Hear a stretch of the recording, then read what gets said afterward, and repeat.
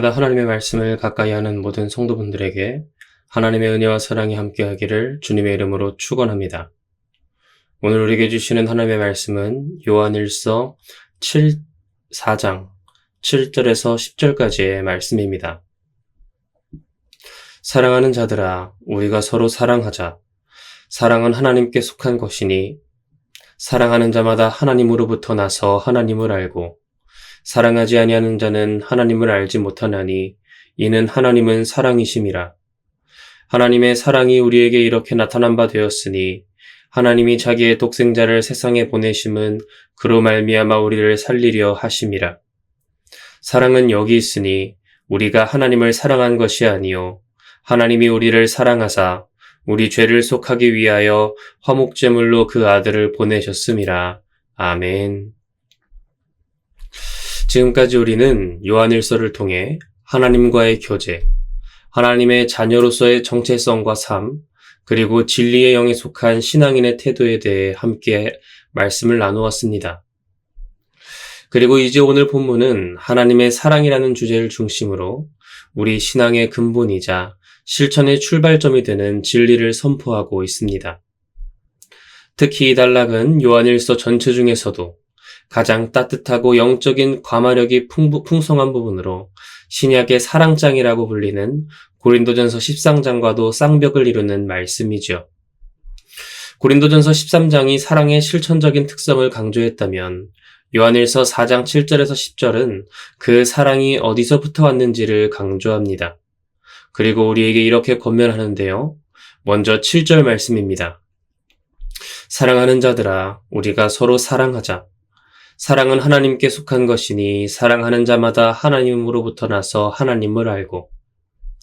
여기서 사랑하자는 헬라어 아가포메는 지속적이고 반복적인 실천을 뜻하는 현재 시제의 권유형입니다.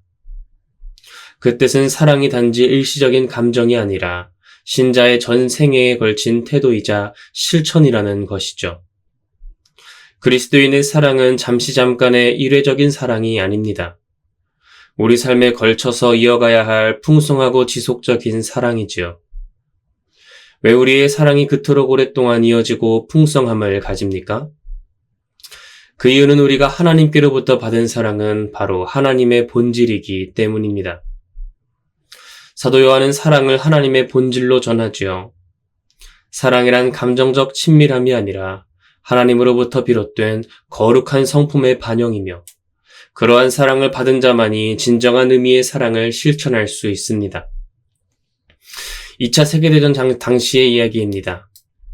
당시에 코리 텐붐이라는 여사가 있었습니다. 그 여사는 유대인을 숨겨주다 붙잡히게 되었죠. 그녀는 가족과 함께 나치 강제 수용소에 수감되었고 그곳에서 그녀의 아버지와 언니는 결국 죽음을 맞이합니다. 코리 텐붐은 그 혹독한 생활 가운데 결국 살아남았고 전쟁이 끝난 후 그녀는 하나님의 용서와 사랑을 전하는 사역을 하게 됩니다. 그러던 중 어느 날 한 집회에서 누군가 그녀를 찾아왔습니다. 그녀는 그 사람을 자세히 보고 깜짝 놀랐죠. 그 사람은 바로 자신을 고문했던 독일군 간수였기 때문입니다. 자신의 철천지 원수와 같은 사람이 천천히 다가와 이야기합니다. 집회 가운데 하나님의 사랑과 용서를 들었습니다. 저를 용서해 주실 수 있겠습니까? 그 순간 코리는 말로 표현할 수 없는 감정에 휩싸였습니다. 자신의 힘으로는 결코 용서한다는 말이 입 밖으로 나오지 않았기 때문이죠. 하지만 놀랍게도 용서를 구하는 그 독일군 간수에게 코리 텐붐은 용서의 손을 내밉니다. 그리고 그 사람을 용서하며 평안히 가라고 말했습니다. 그녀는 나중에 자서전에서 그 순간을 이렇게 고백합니다. 내 안에는 그를 용서할 사랑이 없었습니다. 하지만 하나님께서 제게 말씀하셨습니다. 내가 너를 먼저 사랑했다. 그 사랑으로 너 또한 사랑하라. 그 음성에 순종하여 그녀는 손을 내밀었고 하나님의 사랑이 자신의 온몸을 통해 흘렀다고 고백합니다. 인간의 사랑으로는 자신의 가족을 고문해서 끔찍하게 죽인 그 독일군 간부를 용서할 수 없습니다. 그러나 우리가 받은 그 사랑은 하나님으로부터 받은 사랑입니다. 그리고 그 사랑은 하나님의 본질이기 때문에 사람으로서는 결코 해낼 수 없는 일을 성령의 도우심 가운데 이룰 수 있도록 우리에게 능력을 더하여 주지요. 이어서 8절 말씀입니다. 사랑하지 아니하는 자는 하나님을 알지 못하나니 이는 하나님은 사랑이심이라. 교회 안에서 신앙생활을 오래 하고 아무리 봉사를 많이 한 성도라고 할지라도 만약 그의 안에 하나님으로부터 오는 사랑이 없다면 그 성도의 삶에는 하나님이 계시다고 할 수 없습니다. 왜냐하면 하나님은 사랑 그 자체이시기 때문이죠. 여기서 알지 못한다는 말은 단순한 지식 부족을 말하는 것이 아니라 하나님과의 인격적 교제와 관계가 없음을 의미합니다. 실제로 어떤 이들은 예배에 참석하고 기도를 드리며 종교적인 활동은 풍성하게 하지만 형제나 자매를 판단하고 정죄하며 미워하는 데 익숙합니다. 이런 삶에는 하나님의 사랑이 머물 수 없습니다. 사랑은 하나님을 아는 삶의 증거이지요. 사랑은 구원받은 자의 삶에 반드시 동반되는 열매입니다. 그렇다면 우리는 어떻게 하나님의 사랑을 알 수 있을까요? 요한은 그 해답을 9절과 10절에서 이렇게 선포합니다. 하나님의 사랑이 우리에게 이렇게 나타난 바 되었으니 하나님이 자기의 독생자를 세상에 보내심은 그로 말미암아 우리를 살리려 하심이라. 여기서 나타난 바 되었으니라는 표현은 감춰졌던 것이 드러났다는 뜻입니다. 하나님의 사랑은 추상적인 개념이 아니라 예수 그리스도의 성육신 사건을 통해 우리에게 눈으로 보여졌습니다. 하나님은 우리를 사랑하여 그 아들을 이 땅 가운데 보내셨지요.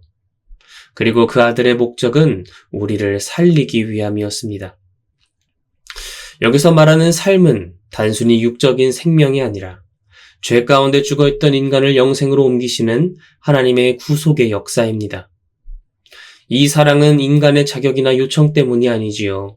자발적인 하나님의 사랑으로부터 나온 구원 역사였습니다. 10절 말씀은 이 점을 분명하게 밝힙니다. 사랑은 여기 있으니 우리가 하나님을 사랑한 것이 아니요 하나님이 우리를 사랑하사 우리 죄를 속하기 위하여 화목제물로 그 아들을 보내셨음이라. 우리의 사랑은 결코 하나님의 사랑보다 먼저가 될 수 없습니다. 우리는 사랑하기 전에 먼저 하나님으로부터 사랑받은 존재입니다. 사랑은 하나님으로부터 먼저 시작되었죠. 그리고 그 사랑의 절정은 화목제물로 예수 그리스도를 보내신 사건입니다. 화목제물로 번역된 헬라어 힐라스모는 죄를 범한 인간과 하나님 사이를 다시 연결하기 위해 드려진 희생제사를 의미합니다. 예수님이 화목제물로 오셨다는 이 표현은 단순한 상징이 아니라 복음의 핵심을 드러내는 진리입니다. 로마서 3장 25절은 이렇게 전하지요. 이 예수를 하나님이 그의 피로써 믿음으로 말미암는 화목제물로 세우셨으니. 여기서도 동일한 단어 힐라스몬이 사용됩니다. 그리스도께서 십자가에서 흘리신 피는 우리의 죄값을 대신 치르는 속죄의 피였습니다. 하나님은 거룩하시기에 죄를 그냥 지나치실 수 없었죠. 그분은 사랑이시지만 동시에 공의의 하나님이시기 때문입니다. 그래서 죄에 대한 대가는 반드시 치러져야 했습니다. 그런데 하나님은 그 진노를 우리가 아니라 자신의 아들에게 쏟으셨습니다. 히브리서 9장 22절은 이렇게 말합니다. 피 흘림이 없은즉 사함이 없느니라. 이 말씀처럼 예수님의 피는 우리 죄를 사하시기 위한 유일한 길이었습니다. 우리가 지은 죄, 우리가 감당해야 했던 심판의 무게를 예수님이 대신 짊어지셨습니다. 이것이 화목제물의 의미이지요. 하나님의 거룩함과 사랑이 십자가 위에서 완전하게 만난 자리입니다. 예수님께서 화목제물이 되셨다는 것은 단지 우리가 용서받았다는 말에서 끝나지 않습니다. 그분의 피로 하나님과의 관계가 회복되었고 이제 우리는 하나님과 친밀한 교제 가운데 들어가게 되었다는 뜻이지요. 예수님은 우리 죄를 위해 그 몸을 내어주셨습니다. 그리고 하나님과 우리의 관계를 회복시키셨습니다. 이것이 바로 우리가 하나님을 알고 사랑하기 전 하나님이 먼저 우리에게 나타내고 보여주신 하나님의 사랑입니다. 그 하나님의 사랑으로 인하여 우리가 그분을 사랑하고 이웃을 사랑할 수 있게 된 것이죠. 이 사랑은 인간의 노력이나 선한 의지에서 비롯되지 않습니다. 오직 하나님의 은혜로 주어진 사랑이며 그 은혜에 응답하여 우리는 서로를 사랑하게 되는 것입니다. 극단적인 사례이지만 경제적 어려움 속에서 자녀를 버리거나 심지어 보험금을 위해 해를 가한 부모의 뉴스를 본 적이 있습니다. 그 모든 이기적 사랑은 결국 조건적이고 자기중심적인 사랑이지요. 그러나 하나님은 이와는 정반대입니다. 자신의 독생자를 죄 없는 이에게 내어주시며 자신의 유익이 아닌 우리를 위한 철저한 희생을 감당하셨습니다. 이것이 우리가 받았고 또 흘려보내야 할 사랑입니다. 사랑하는 성도 여러분, 하나님의 사랑을 받은 자는 이제 그 사랑을 실천하는 자로 살아가야 합니다. 하나님의 사랑을 믿는 자는 이제 그 사랑의 본을 따라 살아야 하지요. 그리고 그 사랑은 단지 말이나 감정으로 멈춰 있는 것이 아니라 구체적인 삶의 행동으로 나타나야 합니다. 사랑하지 않는다는 사실은 내가 아직 하나님의 사랑을 온전히 경험하지 못하고 있다는 신호입니다. 그럴 때 우리는 형제에게 탓을 돌리기보다 먼저 하나님 앞에 나아가 다시 그 사랑을 깊이 묵상해야 합니다. 부모의 마음을 이해하려면 자녀를 키워봐야 하듯이 하나님의 사랑도 사랑의 실천 속에서 온전히 깨달아집니다. 그러니 오늘 하루 하나님이 먼저 나를 어떻게 사랑하셨는지를 기억하기 원합니다. 그 사랑이 내 마음을 적실 때 내 입술에서 나오는 말, 내 손끝에서 나오는 행동이 모두 바뀔 것입니다. 사랑은 명령입니다. 그러나 억지로 이행해야 할 무거운 짐이 아니라 사랑받은 자만이 누릴 수 있는 영광이며 자유입니다. 오늘 하루 그 하나님의 사랑을 깊이 묵상하고 그 사랑에 감격하여 누군가를 품고 섬기며 사랑하는 저와 여러분이 되기를 주님의 이름으로 축원합니다. 시간 함께 기도하겠습니다. 할렐루야, 은혜와 사랑이 많으신 주님, 오늘도 복된 새 하루를 허락하시고 은혜 가운데 주님의 말씀 앞에 나오게 하시니 감사드립니다. 하나님, 우리가 먼저 하나님을 알고 사랑한 것이 아니라 하나님이 먼저 우리를 알고 사랑하셨습니다. 그 사랑은 자신의 유익이 아닌 온전히 우리를 구원하기 위한 하나님의 사랑이었습니다.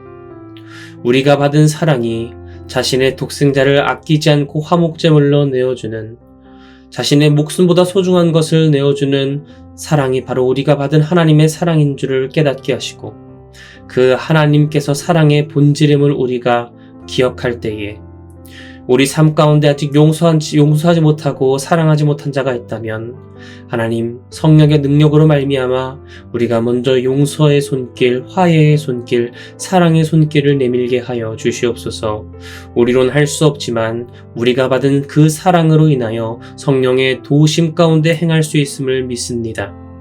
정말 내 원수와 같은 자도 사랑하는 하나님이 우리에게 보여주셨던 그 사랑을 우리 삶 가운데 드러내게 하시고, 우리 삶 가운데 그 사랑이 있을 때에야 비로소 우리가 하나님을 아는 자, 하나님과 관계하며 교제하는 자라는 것을 하나님 깊이 묵상하며 하나님 그로 말미암아 우리 삶이 사랑으로 가득 찰 수 있도록 인도하여 주시옵소서. 날마다 주님 안에 거함으로 우리 안에 사랑이 넘쳐나며 그 사랑이 내 주변의 이웃과 가정과 사회 가운데 전파되어 하나님 변화를 일으키기를 원합니다. 성령님 함께하고 도와주시옵소서. 모든 것 주님께 맡겨드립니다. 감사드리며 살아계신 예수 그리스도의 이름으로 기도드립니다. 아멘.